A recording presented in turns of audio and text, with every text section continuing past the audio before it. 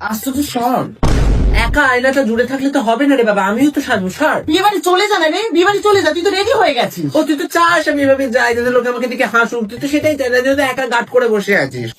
দেখলি দেখলি নিজের দিকে এতটা কেন মারছিস? আশ্চর্য। আমি কি সাজবো তাহলে? বিয়ে দিয়ে শ্বশুর বাড়ি পাঠিয়ে দেয় না কেন, কে যাবে? তুই বিয়ে কর না, তোর যদি এত তোর তো ধরা আছে। তোকে বারণ কে করেছে বয়ফ্রেন্ড পটাতে? ওকে বিয়ে বাড়ি যেতে কে বলেছেন? আমার মাঝখানে না এটা?